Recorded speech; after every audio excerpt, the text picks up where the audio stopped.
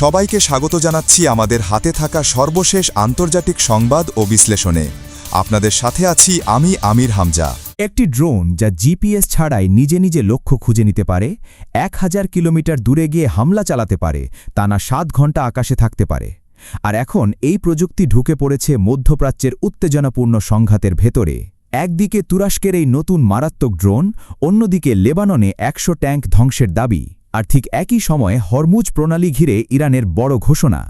যদি এই গুরুত্বপূর্ণ সমুদ্রপথ বন্ধ হয়ে যায়, বিশ্ব অর্থনীতি থমকে দাঁড়াতে পারে, জ্বালানি সরবরাহে তৈরি হতে পারে বড় সংকট। তার উপর আবার সমুদ্রে জাহাজ দখলের ঘটনা, ইরানের কঠোর অবস্থান, সবকিছু মিলিয়ে প্রশ্নটা এখন একটাই: মধ্যপ্রাচ্য কি সত্যি বড় এক যুদ্ধের দ্বারপ্রান্তে? আর সেই ড্রোন শেষ পর্যন্ত কার দিকে তাক করা? আসসালামু আলাইকুম প্রিয় দর্শক, আজকের আলোচনার শুরুতেই আসি সবচেয়ে আলোচিত বিষয়, তুরস্কের নতুন ড্রোন প্রযুক্তি। এই ড্রোনকে ঘিরে ইতিমধ্যেই সামরিক বিশ্লেষকদের মধ্যে ব্যাপক আলোড়ন তৈরি হয়েছে, কারণ এটি শুধুমাত্র একটি সাধারণ ড্রোন নয়, এটি এমন এক প্রযুক্তি যা জিপিএস ছাড়াই নিজে নিজে পথ নির্ধারণ করতে সক্ষম। অর্থাৎ যদি কোনো যুদ্ধ পরিস্থিতিতে স্যাটেলাইট যোগাযোগ বন্ধ হয়ে যায়, জিপিএস সিগন্যাল জ্যাম হয়ে যায়, তবুও এই ড্রোন তার মিশন সম্পন্ন করতে পারবে। তুরস্কের একটি প্রতিরক্ষা কোম্পানি এই ড্রোনটি তৈরি করেছে, যার নাম মিজরাক।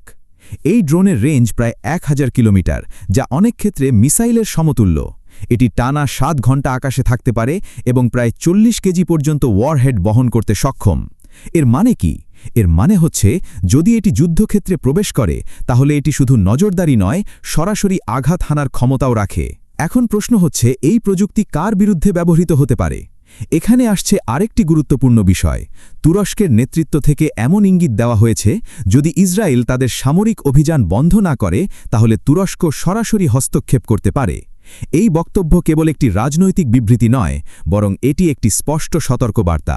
এরপর আসি লেবাননের পরিস্থিতিতে। সেখানে দাবি করা হচ্ছে, হিজবুল্লাহ ইসরায়েলের প্রায় 100টি মার্কাভা ট্যাঙ্ক ধ্বংস করেছে এবং আরও 200টিরও বেশি ট্যাঙ্ক ক্ষতিগ্রস্ত হয়েছে।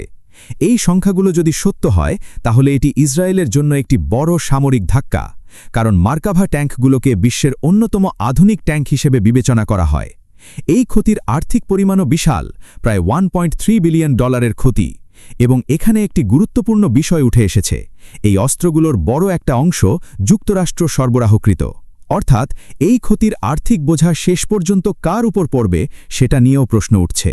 এদিকে মানবাধিকার ইস্যুতেও নতুন বিতর্ক তৈরি হয়েছে। অভিযোগ উঠেছে, ইসরায়েল 5টি ফিলিস্তিনি শিশুকে আটক করেছে, কিন্তু কেন আটক করা হয়েছে, কোথায় নেওয়া হয়েছে, তার কোনো স্পষ্ট তথ্য নেই। এই ঘটনাটি আন্তর্জাতিক মহলে উদ্বেগ তৈরি করেছে, কারণ শিশুদের আটক করার মতো ঘটনা সবসময়ই সংবেদনশীল এবং সমালোচনার জন্ম দেয়। এবার আসি ইরানের অবস্থানে। ইরান স্পষ্টভাবে ঘোষণা করেছে, তারা কোনো অবস্থাতেই তাদের ইউরেনিয়াম ছেড়ে দেবে না। তারা এটি রপ্তানি করবে না, অন্য কোনো দেশে সংরক্ষণও করবে না। এর মানে হচ্ছে, পারমাণবিক ইস্যুতে তারা কোনো ধরনের ছাড় দিতে রাজি নয়। শুধু তাই নয়, ইরান তাদের নিয়ন্ত্রণের আওতা বাড়ানোর কথাও বলেছে। তারা প্রায় 2000 কিলোমিটার উপকূলীয় এলাকা নিজেদের নিয়ন্ত্রণাধীন বলে ঘোষণা করেছে, যার মধ্যে পারস্য উপসাগর এবং হরমুজ প্রণালীও অন্তর্ভুক্ত। এই ঘোষণা অত্যন্ত গুরুত্বপূর্ণ, কারণ হরমুজ প্রণালী বিশ্ব জ্বালানি সরবরাহের একটি প্রধান রুট। এখন যদি এই এলাকায় কোনো উত্তেজনা সৃষ্টি হয়, তাহলে তার প্রভাব সরাসরি বৈশ্বিক অর্থনীতিতে পড়বে। তেলের দাম বাড়তে পারে, সরবরাহ ব্যাহত হতে পারে এবং আন্তর্জাতিক বাজারে অস্থিরতা তৈরি হতে পারে। অন্যদিকে যুক্তরাষ্ট্রের অবস্থানও কিছুটা জটিল। তারা তাদের কংগ্রেসকে জানিয়েছে, ইরানের সঙ্গে তাদের কোনো সক্রিয় যুদ্ধ চলছে না। তারা বলছে, যুদ্ধ শেষ হয়েছে, এখন শুধু সীমিত মানবিক কার্যক্রম চলছে। কিন্তু বাস্তবতা কি বলছে? বাস্তবতা বলছে, এলাকায় এখনও উত্তেজনা রয়েছে, নৌ অবরোধ চলছে, সামরিক উপস্থিতি রয়েছে। অর্থাৎ পরিস্থিতি পুরোপুরি শান্ত নয়। এর মধ্যেই আবার বড় খবর এসেছে, ইরান 2 জন ব্যক্তিকে মৃত্যুদণ্ড কার্যকর করেছে, যাদের বিরুদ্ধে ইসরায়েলের জন্য গুপ্তচর্যের অভিযোগ ছিল। এই পদক্ষেপটি দেখাচ্ছে, ইরান অভ্যন্তরীণ নিরাপত্তা নিয়ে কতটা কঠোর অবস্থানে রয়েছে। এদিকে ইয়েমেন উপকূলে একটি ট্যাঙ্কার জাহাজ দখলের ঘটনাও সামনে এসেছে। এমটি ইউরেকা নামের এই জাহাজটি সশস্ত্র ব্যক্তিরা দখল করেছে বলে জানা গেছে। এটি এখন অন্যদিকে নিয়ে যাওয়া হচ্ছে বলে রিপোর্ট রয়েছে। এই ঘটনাটি শুধু একটি জাহাজ দখলের ঘটনা নয়, বরং এটি সমুদ্র নিরাপত্তার জন্য একটি বড় সতর্কবার্তা। কারণ যদি এই ধরনের ঘটনা বাড়তে থাকে, তাহলে আন্তর্জাতিক বাণিজ্য মারাত্মকভাবে ক্ষতিগ্রস্ত হতে পারে। এখন আসি একটি মানবিক কিন্তু শক্তিশালী দৃশ্যের দিকে।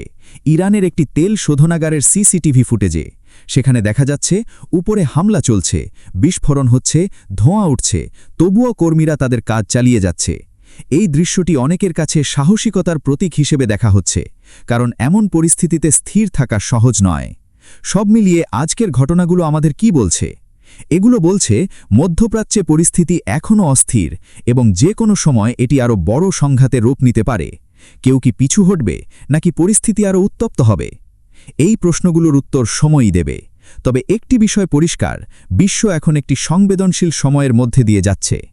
প্রিয় দর্শক, আপাতত এই ছিল শেষ আপডেট এবং বিশ্লেষণ। আমরা পরিস্থিতির উপর নজর রাখছি এবং নতুন কোনো তথ্য আসলেই আপনাদের জানানো হবে। আল্লাহ হাফেজ।